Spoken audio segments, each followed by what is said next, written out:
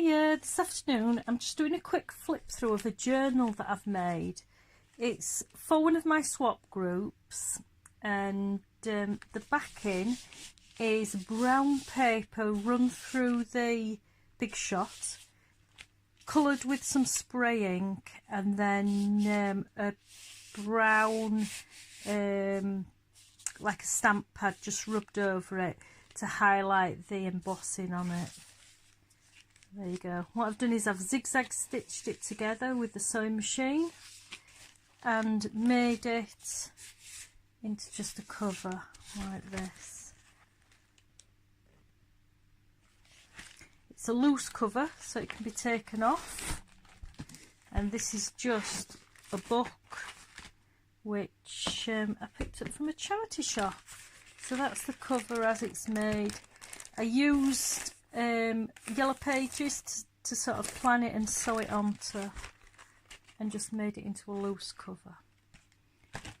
So the journal, what I've done is I've made 3 signatures, and they're all loose leafed, so they're fastened in with elastic so that the person that I'm sending it to can actually reuse this sleeve and the book if they want to. First of all, first signature, it's actually made and it's held in with that piece of elastic. What I did, I just sewed a little piece of a tag onto it just to hold the elastic together. Book, I've ripped all the pages out of the book and I've added just junk journal pages.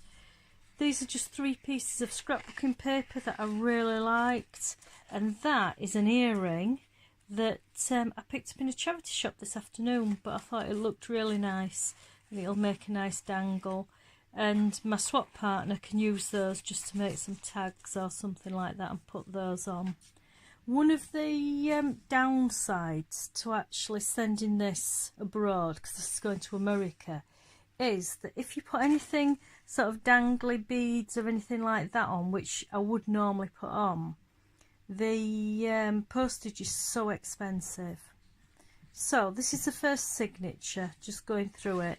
This is a piece of old paper from a school exercise book. We've got tea-dyed paper.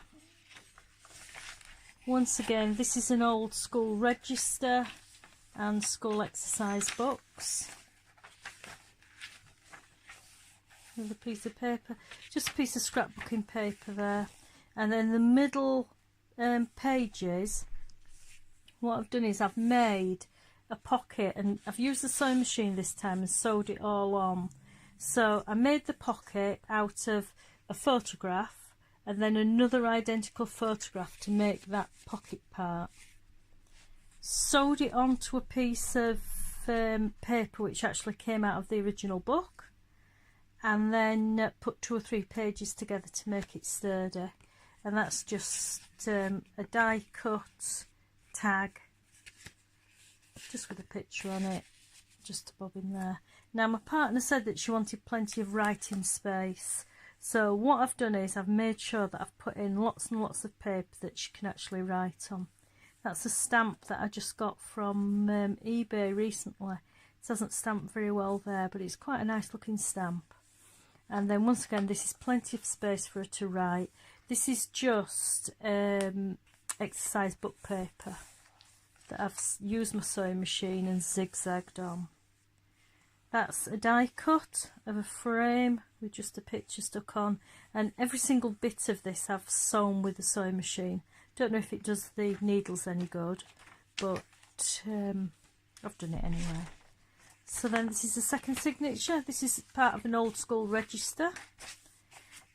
This was an envelope that I got in a swap, and all I've done is I've put a front part on for her to write on, and then once again a tag in, sewn on, and on the back I've just ruled some lines so she can write all the notes on it. Tea-dyed paper, scrapbooking paper, just some little bits that I think look quite nice. And then this is some old exercise book paper. I don't really know where it came from. and I've zigzag stitched it onto the original pages. This was a book about the two Ronnies. A few American ladies out there, you probably will recognise Tommy Cooper, and that's Ronnie Corbett. Once again, a little note piece, that's just from a calendar. And then this piece here, I've zigzagged an old map page on and made some tags, a little bit of lace and some writing space on the back. And this one here, which was the bottom part cut off from when I've made the tag, I think. Yeah, that's her bottom part. So I've just cut it off. Just 2 tuck spaces in there. Once again, that's the elastic to hold the signature in. This is another page just to write on, and these are just some printouts under there. That's one of the clips that I've made for holding a page marker, holding bits and pieces in. That's in my other video. And then these are just the other pieces, and that is the other side to the envelope that I used, and that's a tag using an old map book page, a piece of an old children's book that I got in a piece of Happy Mail, and then I've just sewn on a piece of paper at the back. Other side of the register, and then this is the last signature. So this is just a piece of exercise book paper. Because my partner likes to write, I haven't cut this off. I've left it folded so that she can either cut it off or do whatever. That's the whole bit of the register where where you would mark the attendance. Another envelope that I've got in a swap, and oh, that's another tag with the bottom part of a lady on it. I love the striped legs. I always draw striped legs. So that's it. Just a random words. That was a stamp that I got off eBay, but it doesn't stamp very clearly. I don't know if it's operator error that I haven't stamped properly. That's the other side. This is just some other scrapbooking paper that I've had around. Probably got it in a swap. A card that I did get in a swap that I've just put some ink on and some paper. This is the pocket page, and if you look, I've just cut it off, 2 pictures, cut one in half, sewed it, and then sewed it onto the page. And these are 3 pieces of paper fastened together.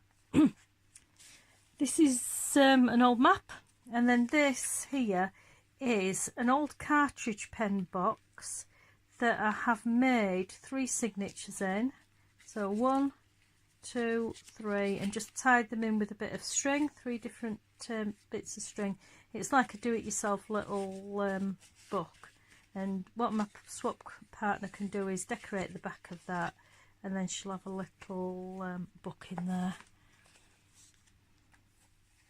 This side here, I've just slotted some bits and pieces in for her to write on, and also this is a tag that I think I made this trying out one of the distress inks, and all I've done is put some paper on the back. That there is a sewn on tag, so corner cut and just sewn it on. It's from a couple of book pages, and that's just a picture that I've zigzag stitched on. Don't know if it does my sewing machine any good. Sewing through paper, probably not. And that's the elastic there. And then this is the last pocket page. This is a bit off an old calendar which had some note strips on it, a Gruffalo calendar. And then that's the other pocket picture cut off, and I've used the background is from this book. It says here, "The child is mad, snails in his pocket." That's the other side of the scrapbooking paper. And then this here is the other side of the envelope. And I love this. This came from a swap partner. And that's just a tag that I've just sewn round on a piece of brown paper. The other side of the envelope. And then that is that. This is going out to America.